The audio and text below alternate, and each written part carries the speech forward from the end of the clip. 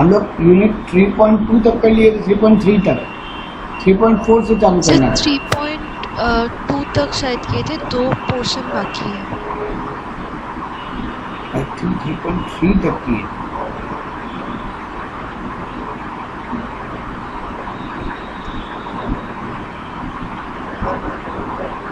ये condition and warranty वाला कर लिए थे हमने। हाँ तो 3.3 कर लिए थे हमने। आई थिंक 3.4 और 3.5। हाँ 3.4 और 3.5 बाकी।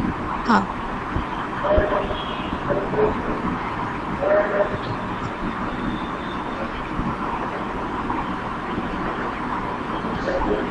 3.4 क्या चीज के बारे में बात करता है? 3.4 बोलता है performance of the contract of sale. तो यहाँ पर दो चीज का बात हो रहा है, एक तो ओनरशिप ट्रांसफर यानी प्रॉपर्टी ट्रांसफर, और दूसरा उसका फिजिकल डिलीवरी का भी बात हो रहा है। यहाँ पे ये परफॉर्मेंस का बात कर रहे हैं, मतलब फिजिकल डिलीवरी। ओनरशिप ट्रांसफर या टाइटल ट्रांसफर या प्रॉपर्टी ट्रांसफर, मतलब तीनों का मतलब ये था मालिक बनने का हक। लेकिन यहाँ पर बोल रहे हैं फिजिकल ट्रांसफॉर्मेशन यानी डिलीवरी। तो डिलीवरी का मतलब क्या हुआ? वॉलेंटरी ट्रांसफर ऑफ पोजेशन, या वर्ड क्या यूज हुआ? पोजेशन। तो हम आपको अपनी इच्छा से यानी वॉलेंटरी आपको गुड्स का पोजेशन ट्रांसफर कर, that is known as delivery.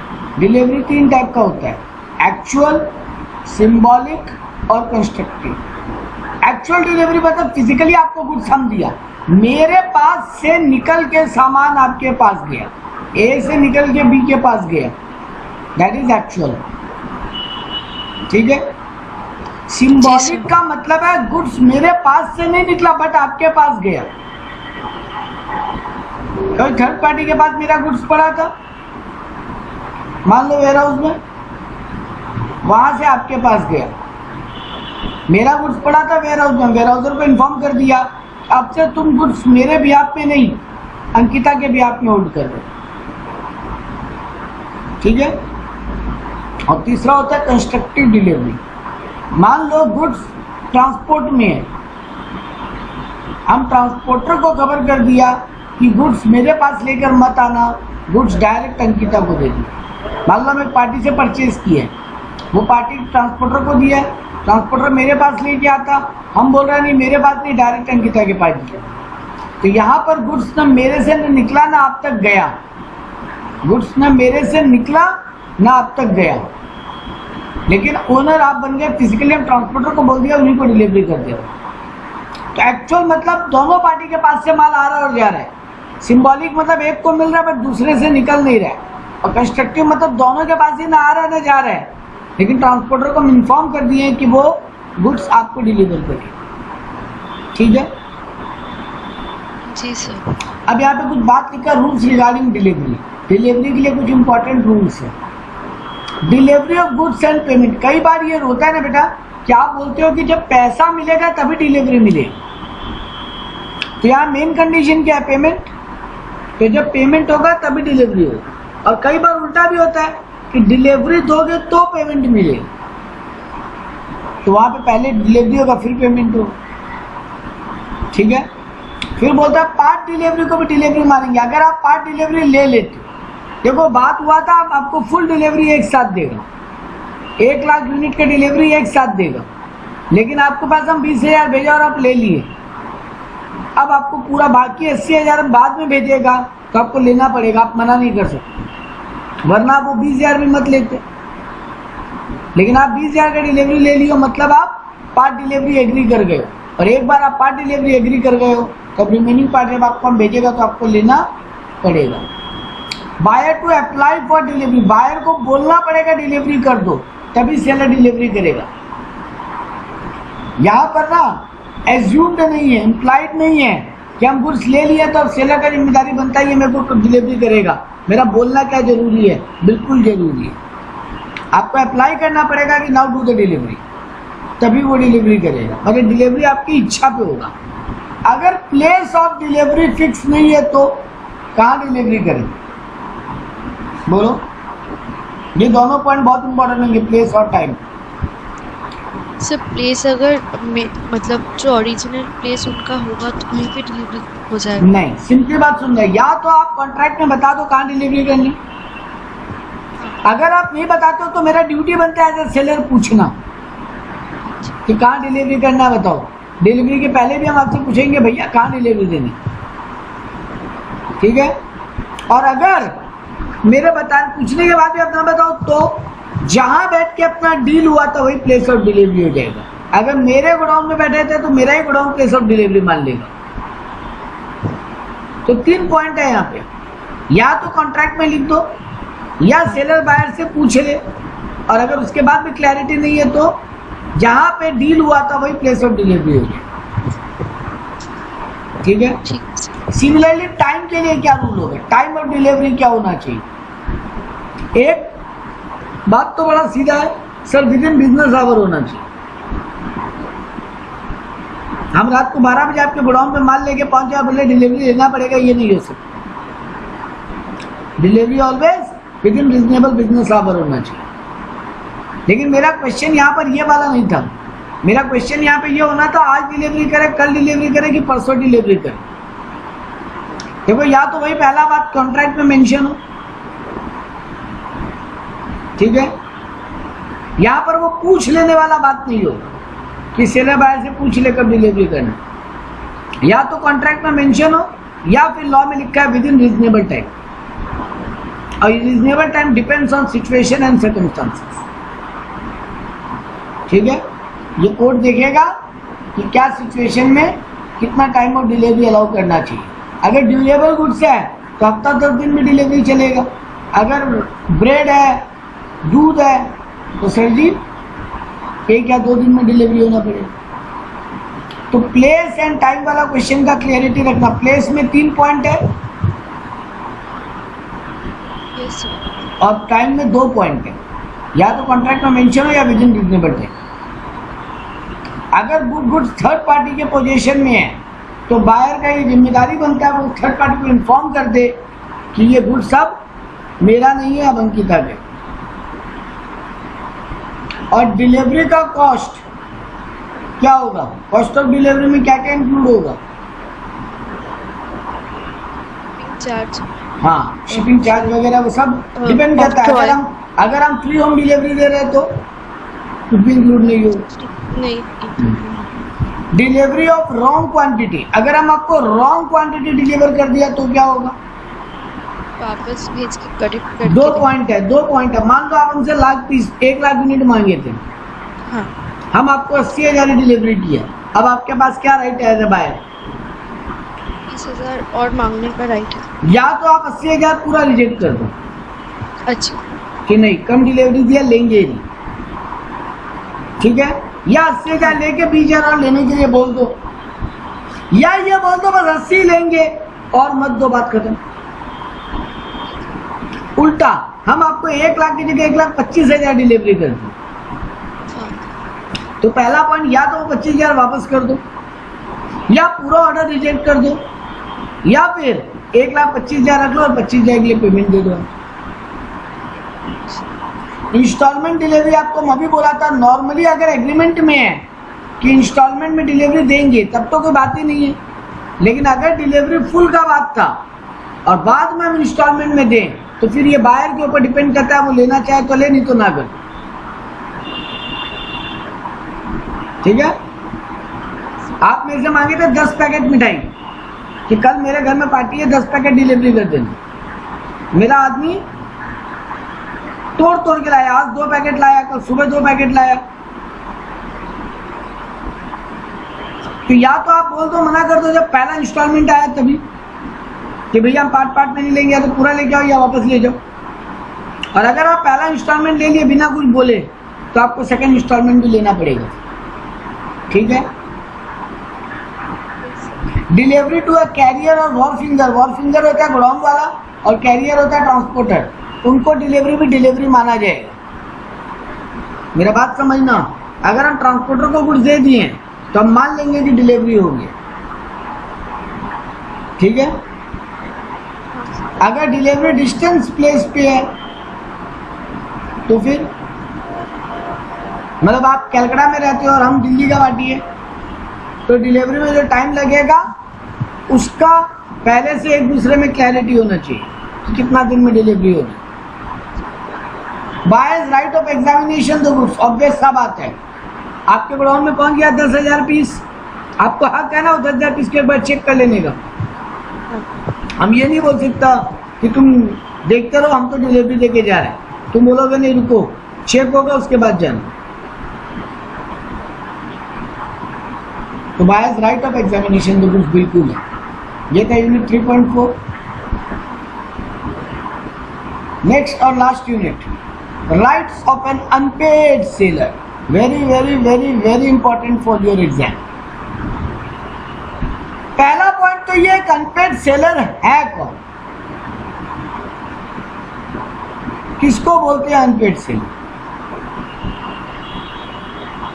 Instalment में पैसा मिले नहीं, तीन बातें बोलने जा रहे हैं।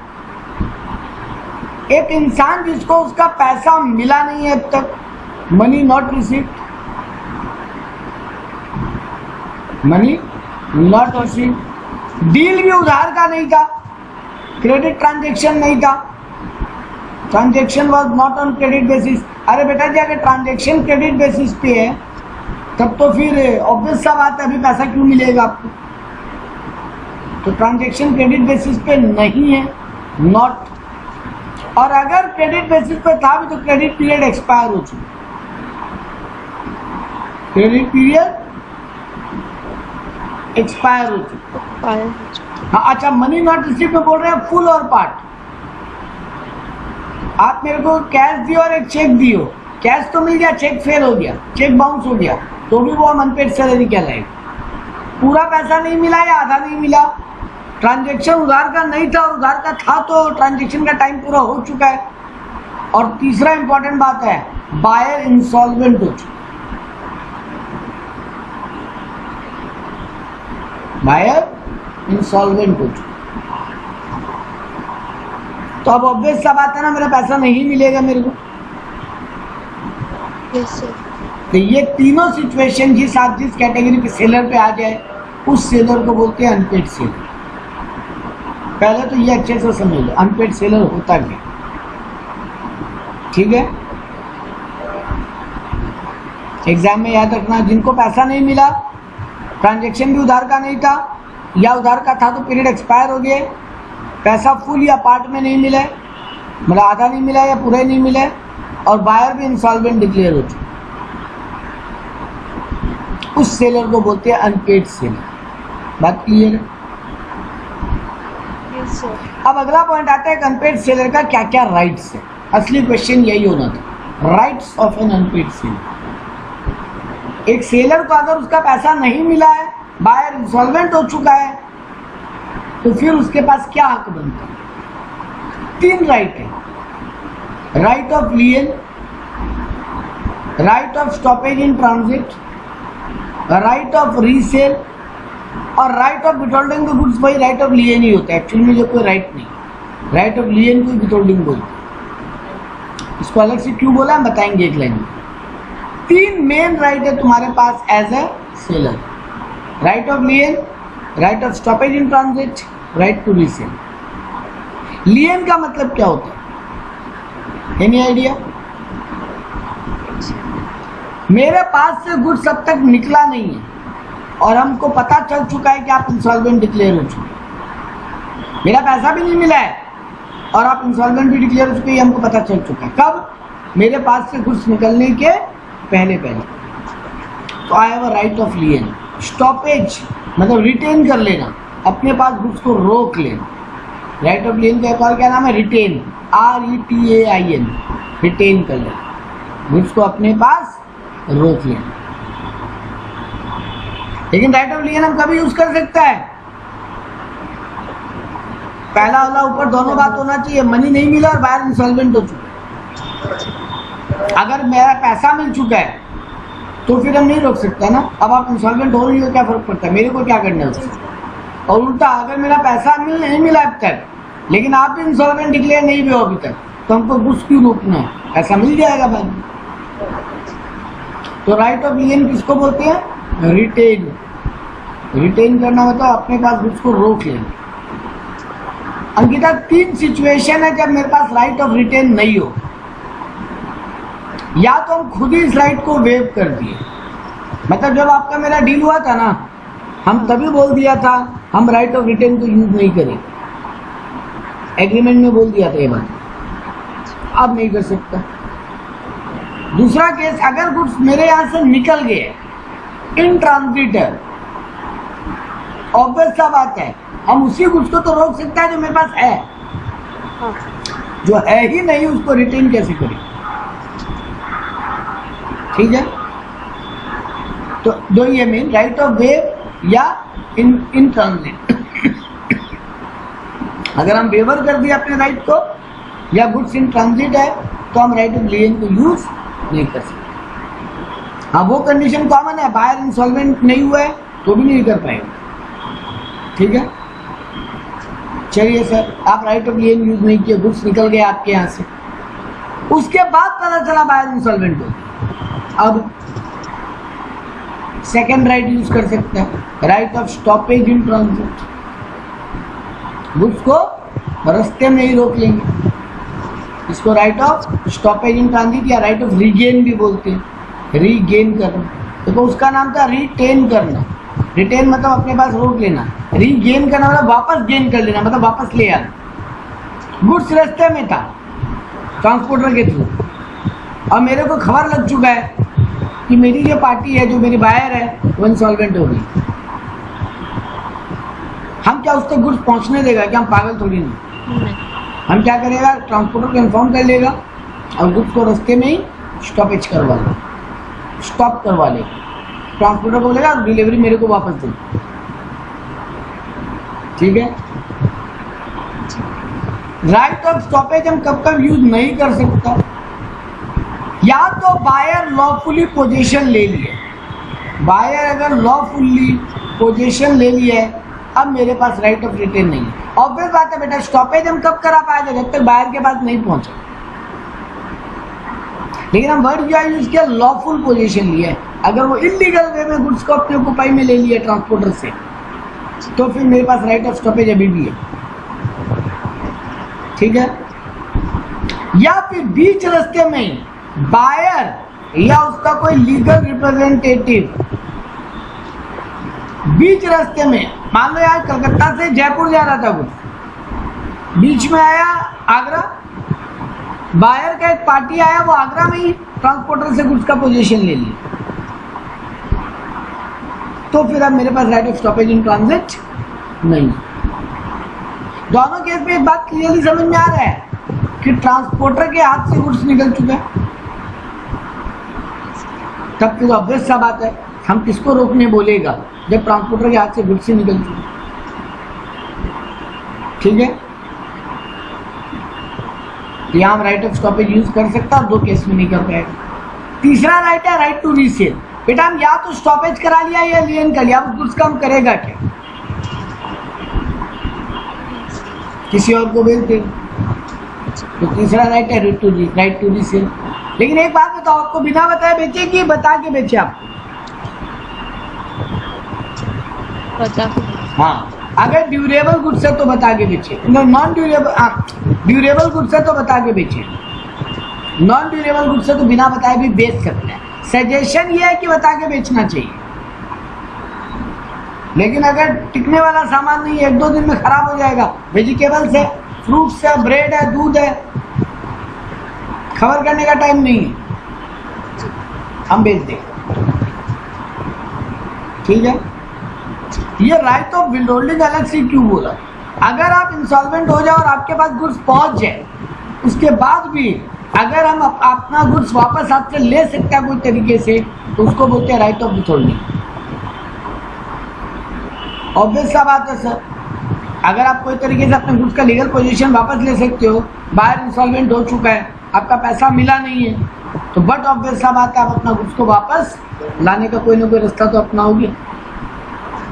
चलो ठीक है, अब मेरा एक सवाल है इसके ऊपर, एक बात हमको बताइए, मान लो हम राइट ऑफ लिएन या right of stoppage in transit को यूज कर लिए, क्या वो जो आपका और मेरा कॉन्ट्रैक्ट था वो भी अब ओवर हो चुका है या वो कॉन्ट्रैक्ट अभी भी जिंदा है? हो जाएगा। नहीं, जिंदा है।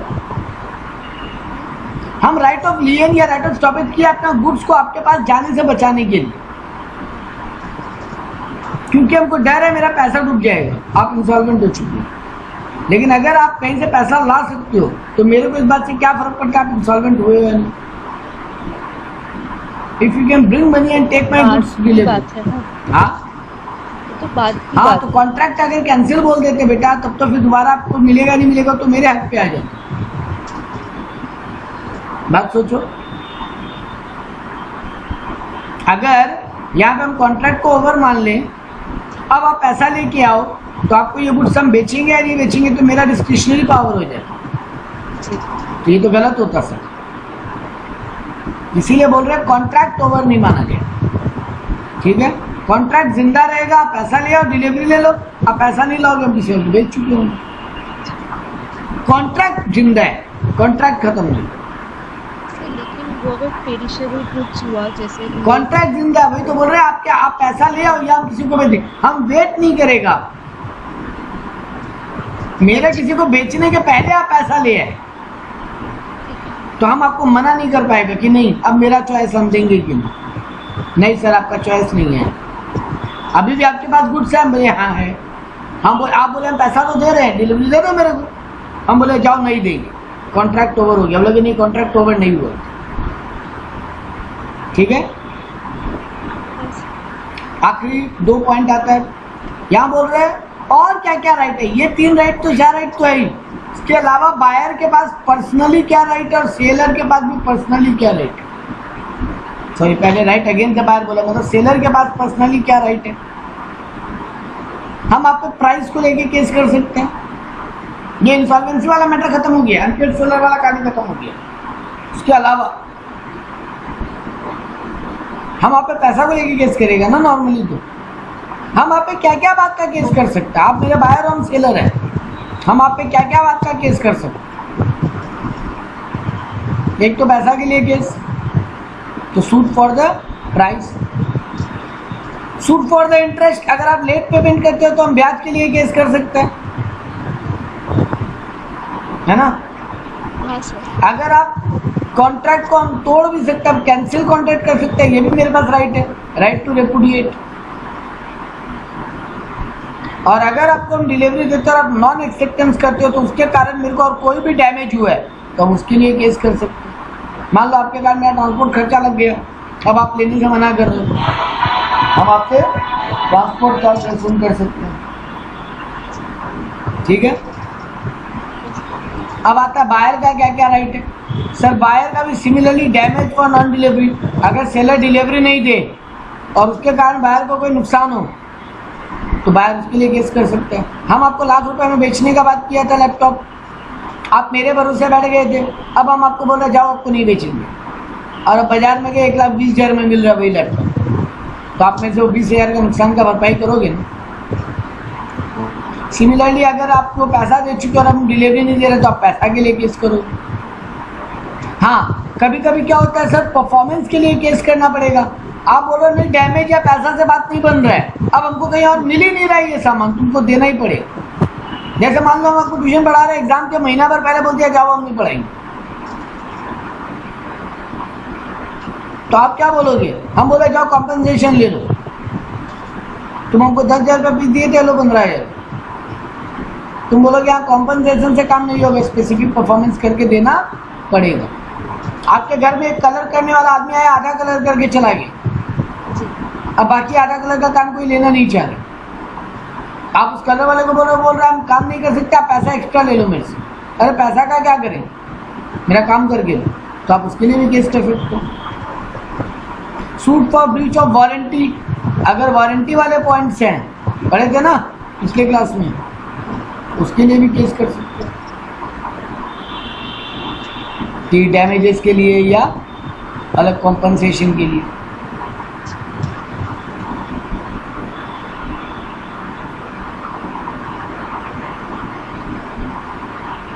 Last unit auction sale. Auction sale क्या होता है, बिडिंग में माल बिकना, पता है ना। Auction is a sale event where potential buyer place competitive bids on asset और service either in an open और क्लोज फॉर्मेट। या तो खुल्लम खुल्ला बिडिंग होगा या रूम के अंदर बंद होकर बिडिंग होगा, जहाँ पे बायर कॉम्पिटिटिव बिडिंग लगाता है कोई एसेट्स खरीदने के लिए, और जिसका हाईएस्ट बिडिंग होता है उसको गुड्स मिल जाती है ना। तो यहाँ पे assurance given by the auctioneer, auctioneer आपको क्या एश्योरेंस देगा? The auctioneer warrants his authority to sell, यहाँ पे ऑक्शनर के थ्रू माल बिकेगा।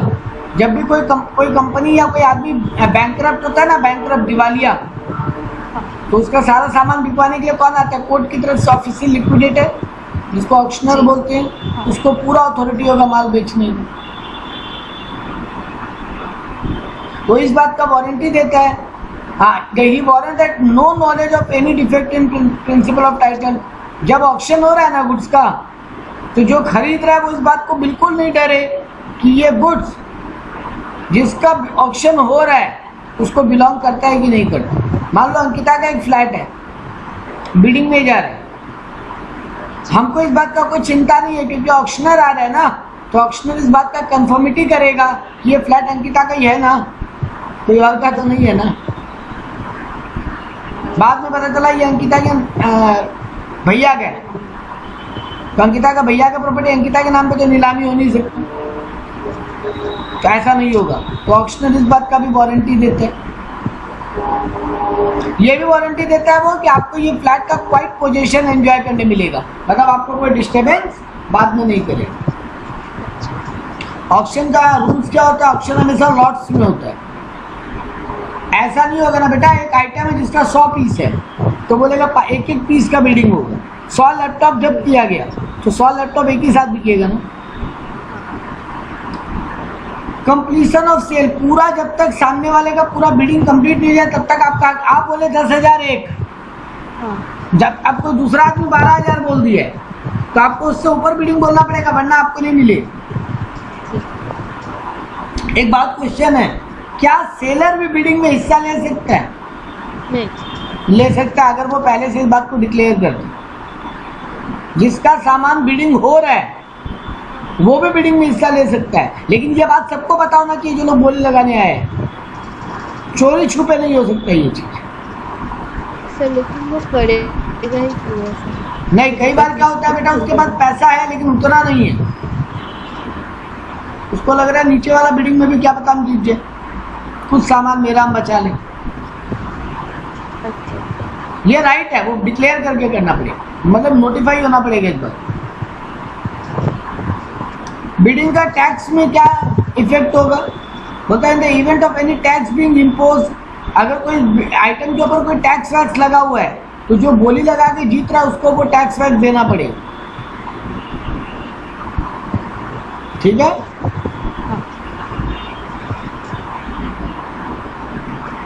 एक मिनट क्या अगर टैक्स बाद में बढ़ रहा है तो वो भी उस आइटम के साथ ऐड हो जाएगा बिकते वक्त, और अगर टैक्स घट रहा है तो आइटम से माइनस कर दो बिकते वक्त। इंक्रीमेंटल अमाउंट होगा उसी पे टैक्स देगा। हाँ बिल्कुल, वापस पूरा अमाउंट नहीं, इंक्रीमेंटल अमाउंट। ये है ऑक्शन का, आई थिंक खत्म।